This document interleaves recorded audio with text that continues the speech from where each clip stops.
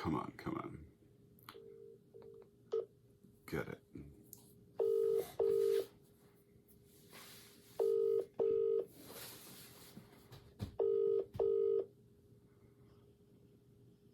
Hello.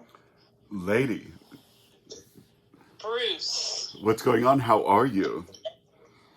I'm doing good. How are you? Good, good, good. You got the email. Yes. Okay. Um, in this case, I know we started with the topic of self-deprecation, and it was coming from, in the news last week, the Chinese restaurant in Montreal where the owner puts all the disclaimers on the menu items, and it's blown up into this social media frenzy because everyone is so amused with the self-deprecation, not even humility in his case, just like, no, I'm not sure it's that good. I don't know if you want to try it. But then everyone runs in to try it just because it drives you to it, it seems, right? Yeah, maybe it's not that good. Maybe he's just being honest. Maybe he's being honest, but if I think then at that point you go for the fun and the show, rather the fun and the games rather than the like finesse and the gourmet, you know? Could be. Could I want to be. go myself. Yeah. I'll I'll go anywhere for food. During COVID, I'll go anywhere for food. So anyway, Easy. on self-deprecation, when we look it up, first of all, I learned how to spell the word. How do you spell it? I'm not going to do it for you right now, but I was being self-deprecating to even say that. So, self-deprecation is belittling oneself, undervaluing oneself, and then operating as excessively modest. But then also in the definition, it says self-deprecation can be used in humor and tension release. It then goes on to say self-deprecation was recommended by philosophers. Do you have it on your email? Yeah, I read it. That was Okay. very good. Self-deprecation was recommended by philosophers of Stoicism. Am I saying that right? It sounds stoicism. That's a weird sounding word, but I think that's right. Because Okay. it's like stoic. Stoicism, yeah. And how would you define a Stoic? Serious. Very serious. Like stoic. It's like Postured, statuey. steady, Yeah, traditional. that's right. So self-deprecation was recommended by philosophers of tradition and posture as a response to insults. Instead of getting defensive, we should join in by insulting ourselves even more. In retail, sometimes you're in a brand. I remember one was a new brand. What is this? I've never seen this before. And then a staff member can take it as offensive.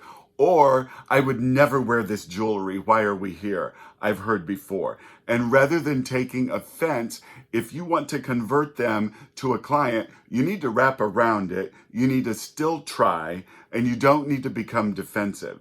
So, in this case, instead of getting defensive, we should join in by insulting ourselves even more. I don't like this brand. I didn't like it either until I worked here. Maybe you say something like that. Now that I'm with the brand, I can tell you we're superior to so many others in these areas. Do you see how that works? You pivoted.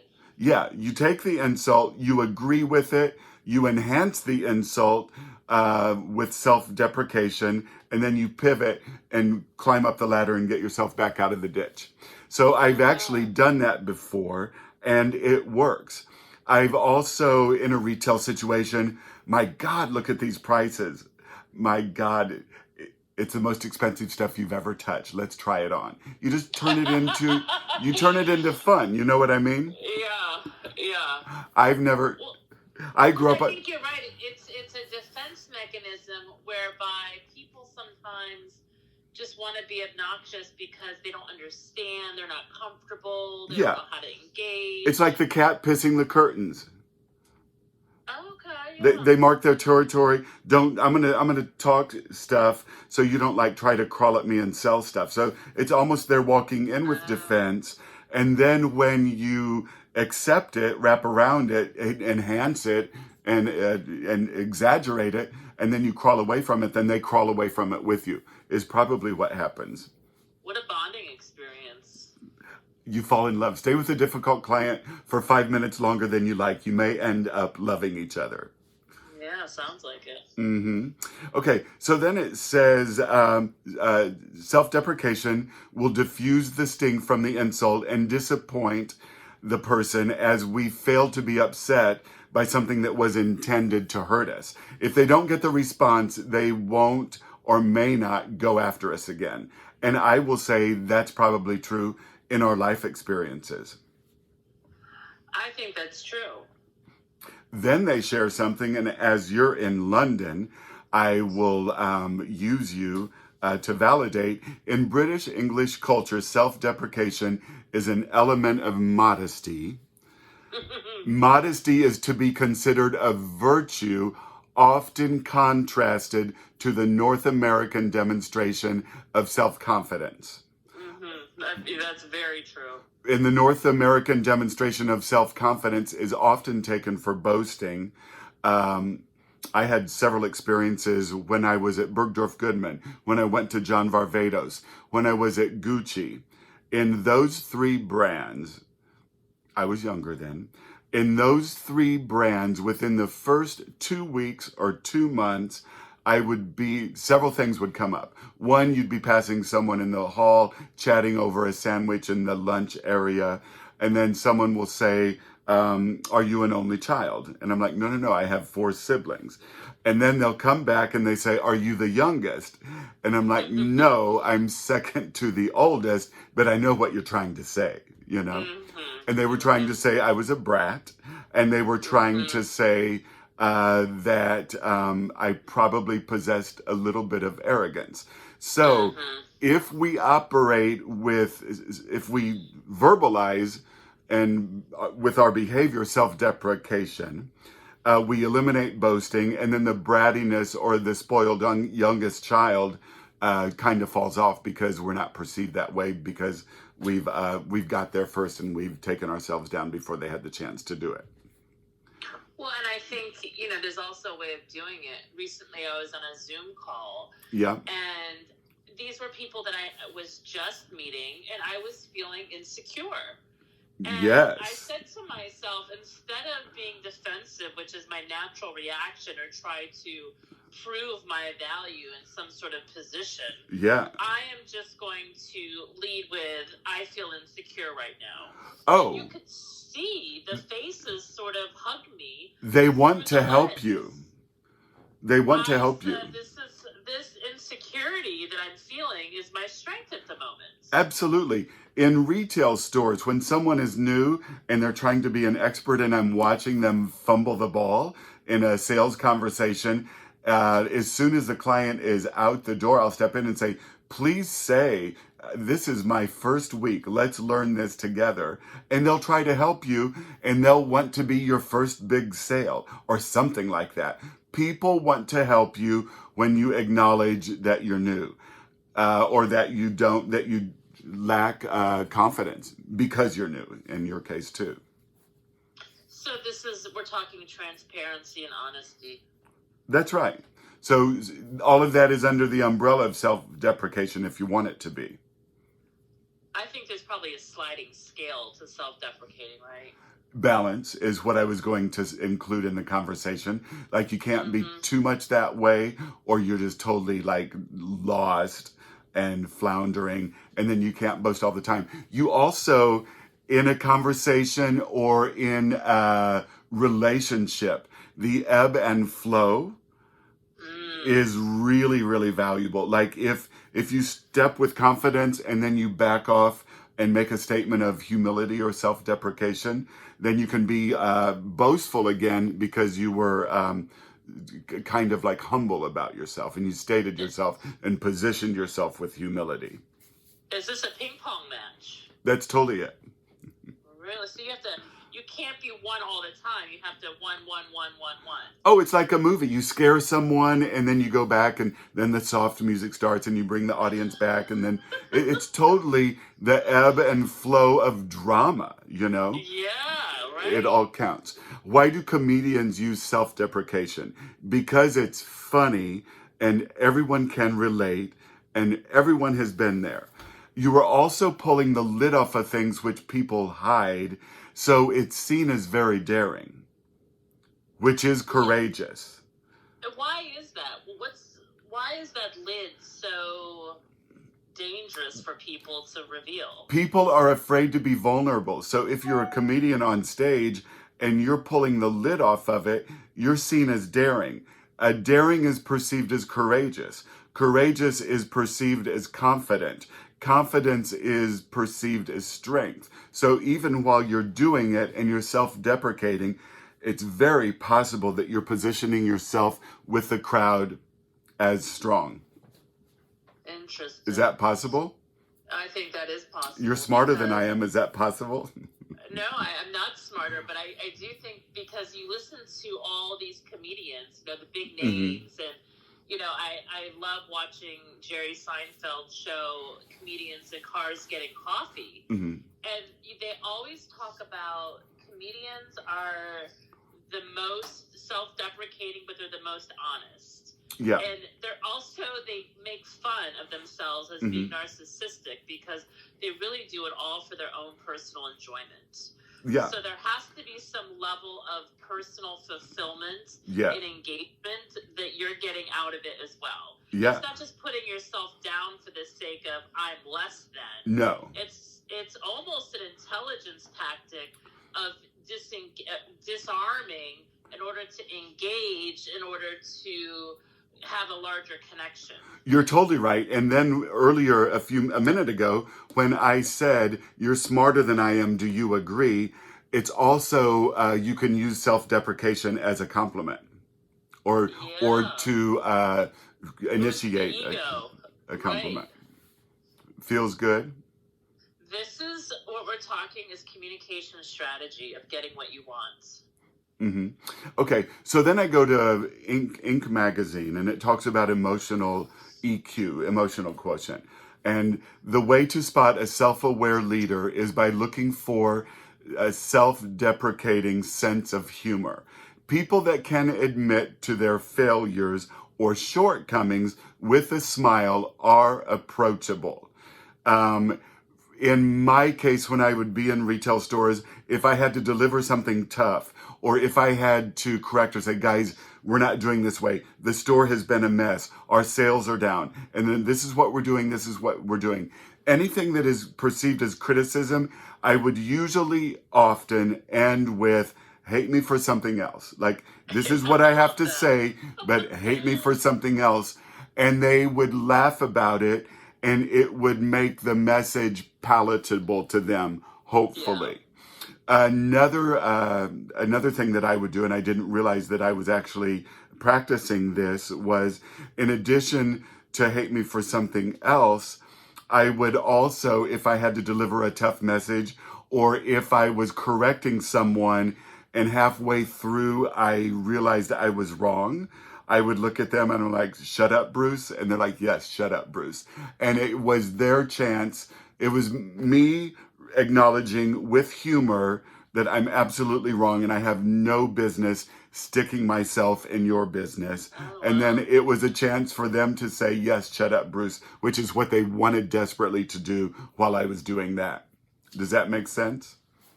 That's very bold. So hate me for something else and shut up, Bruce has worked really well for a while, you know? I love it. Yeah, those are good ones. Some may think that admitting to failures or faults reveals vulnerability, but it is really that the best leaders know their own capabilities and proactively surround themselves with people that excel where they fall short. I think we're just talking about basic humility here and self-awareness. And this is what I'm excellent at. I know I'm damn good here. This is where I'm not that great. And I'm going to put someone right beside me that excels against my weakness. And together we're a powerhouse. Yeah, because we're all human. I don't care how great you are. We're all trapped in this human world. Yeah. Are you saying Steve Jobs, Elon Musk could partner with someone and come off more powerful? Well, I mean, I think the powerfulness comes with the vision and the dedication and the tenacity, and I think partnerships always sort of start there. You look at Steve Jobs, he had a team. He wasn't by himself. He had Yeah. Wozniak. He had a team. Steve Jobs had a campus. Well, even in the garage when they started It was 3 of them. Yeah. So you look at the people, and I think that's the whole point. We are not an island. We don't live in this world alone. Yeah. Have people around us, have people beside us. To encourage, support, be mirrors and reflections. I think to be able to be your complete, open, vulnerable self. Vulnerability keeps coming up. Yeah. And I think that's an interesting word, because vulnerable, what is vulnerable? How do you think vulnerability plays into this self-deprecation? Well, we're going to talk about it in a minute. Oh, great. I look forward to that. Being comfortable and confident that you can laugh at yourself builds trust with your team.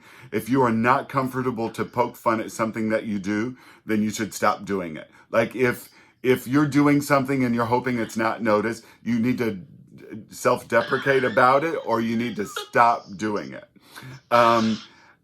Then we're talking about self-deprecating and vulnerability, which is where you wanted to go. Vulnerability is weakness, breakability, susceptibility to physical or emotional injury or attack. One thing I also used to say that kind of relates to this is if someone would try to come at me and be really tough on me, I would just say I have no feelings or nerve endings, so whatever you just did didn't bother me. That's not really self-deprecating, but it's somewhat close to it. Did you say that out loud? Yes, I have no feelings or nerve endings, and whatever you just did doesn't touch me. Wow, that's powerful. It's a little bit self-deprecating. Another thing in sales, I was with John Varvatos. It was a new brand, and I tried to hire really dynamic people to increase conversion. Because if you're walking into a brand that you've never heard of, and you're stepping into an average crowd of people, the equation is, I don't know what this is, I don't see or feel anything significant, and I'm going to walk out the door. Right, if you walk in and the equation parts are, I don't know what this is, but something's going on here, and these people are impressive, then we really built the business really, really fast. John Varvatos Soho went from 4.7 to 5.3 in 1 year, 5.3 to 6.2 in the second year that we were in that location, 6.3 to 7.1 to 8.4 to 9.5, and then it topped out at 10 million, 10 million, 10 million. But we built it with impressive people. And in some cases, I would throw people in, and they were really confident. They leveraged physicality. So in many cases, they were physically impressive, and that does not mean beautiful always. What does it mean? Physicality can mean something really, really impressive. Like height can be impressive. Short can be impressive because it's noticeable. Tall is not average. Short is not average. Lean is not average. Large is not average. So anything that wasn't average was kind of what I was looking for, and everyone had to have a gift. So anyway, I had this kid, super nice kid, kind of country. He had modeled for John in the runway shows, and then he would sit in the meetings when we were doing the buy with the retail team, and he's like, I'd really like to work in the stores. So he went from his modeling career, which is usually average in many cases, certainly for men. And so he became this amazing salesperson. But when he started, I would go in the stores on Saturday to work because it was a cattle drive of clients through, and they needed extra hands and help. And he would pull me aside and say, I'm not really connecting to people. He says, I think that, they're visiting from all these places in the country. And he says, I think that they think I'm a smart ass. And I said, tell them you're from a small farm in Indiana. Oh, Mm. where are you from? When I worked at Jeffrey's store, what's your name? Where you're from are the first two questions you have to ask to connect and convert people. So, Mm. what's your name? Where you're from? And they say, I'm visiting from Iowa. I'm visiting from Atlanta, Georgia. Oh, I'm from a small farm in Midwest. Let's look through the collection together. Is different Mm. than I'm a model from New York City, and I think you're a country bumpkin. Do you know what I mean? So true. So if you layer self-deprecation to your greatness, it helps you connect with people who may otherwise at that moment possess an insecurity, even though in their hometown, they're the richest people with the biggest business. Right. You know what I mean? Exactly. Yeah, that's powerful. Do you feel it?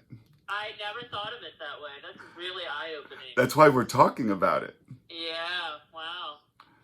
Because what you're doing is you're making yourself reachable Yeah, as a human being, yeah, and the world judges you based on your environment yeah, without knowing anything about you. yeah. So you're just sort of removing all of those judgments, and you're becoming a human being That's and right. sharing in the experience. You're Wow. becoming a human being, not a fashion monster. Right. Yeah. Okay. Also on self-deprecation, before we wrap it up, self-deprecation, and this is what I realized as we were looking at this topic together. Self-deprecation can be the best gateway drug to the person's or the audience's acceptance of your boasting. Say that again. Self-deprecation, I'll say it again because I'm really proud of it. Yeah. Self-deprecation can be the best gateway drug to their acceptance of your boasting. Oh. And used in a sentence or by way of example, someone shopping with you in a retail store. My brand may not have the notable heritage of Louis Vuitton or Gucci, but our collections are more relevant and on trend. So you're like, if it's a new brand or if it's a young small business, we may not have the strength and the grandeur of heritage, but what we do is so authentic and on point. And we actually have a designer where the others have like people that they run through and cycle through. Right. I think it's called turn and burn. Like a lot of brands turn and burn their designers, and it really, really destroys the power of the brand in a certain way until they get someone really good like Alessandro at Gucci, who doubled the business probably in 2 Right. years. Okay? Well, and I think people do want to be surrounded, doing business, engaged with successful, smart brands, people, businesses, etc. But they want to like you first. That's right. So through this self-deprecation of what you just said, you're making them like you, you're Yeah. engaging, and then you're saying, by the way, and we are all those things. So Yeah, if you start with our collections are more relevant and on trend than anybody's in the business, they're going to stand there and say, no, they're not. If you say our brand does not have the notable heritage of Louis Vuitton or Gucci, they're going to say, you're right. And then they'll most likely say you're right to the next sentence, which is you boasting about your brand and yourself. Right. Another really dynamic. Another way to do it, we are small enough to provide you first priority service. You're not a number here. Yeah, the other people are bigger. The other people are more famous and well known, but we're small enough to provide you first priority service, and you're not a number here. It almost makes you that local go-to star business, you know? Mm-hmm. Which everyone wants to now engage with, given this climate of technology and anonymity. People want to be known. They want to be understood. That's right. Finally, I was trying to think of who's the most self-deprecating person I know in my life, and it's my Aunt Barb, who is from my small farm in the Midwest, and she probably can bake better than anyone or any place I've ever tasted things from. She can make Magnolia Bakery look like IHOP if she wants to, you know? So anyway, she's so self-deprecating, and from looking at her and my experience and interaction with her, if you self-deprecate, you are acting with humility, and then the person, the recipient, or the audience will promote on your behalf because they know that if you're so humble that you're just going to hit a wall or get stuck in a cul-de-sac without me promoting you, because you're never going to promote yourself. Oh, interesting. My Aunt Barb is the best baker you've ever met. Do you know what I mean? Yeah. And what's her best? What does she make? What is she known for? Everything. It can be a pie. It can be a cake. Anything that makes you fat. Like that's what she's good at. That's amazing. I love Well, her. you're the most self-deprecating person I know. Are you really serious? Every single quip, response, it just makes me love you more and more. That's why I call you my Brucey baby. Well, that's why I called you for this call.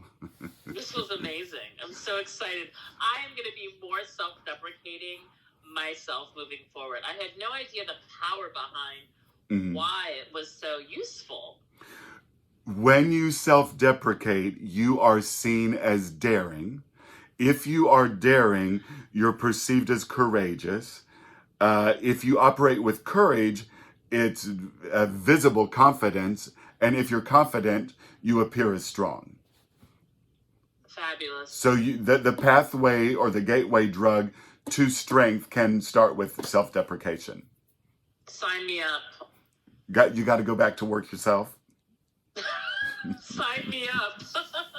You got to go back to work yourself, or are you done for the day? Who, me? Yeah. Oh, I'm winding down for the day. I'm winding up for my week, and I'm winding down for my day. Okay. Well, thank you for taking the call, and do get prepared to start it all back up tomorrow. I love it, Bruce. Okay, Thank babe. you. Bye. See you later. Bye. Cheers, cheers, cheers. Bye. Cheers.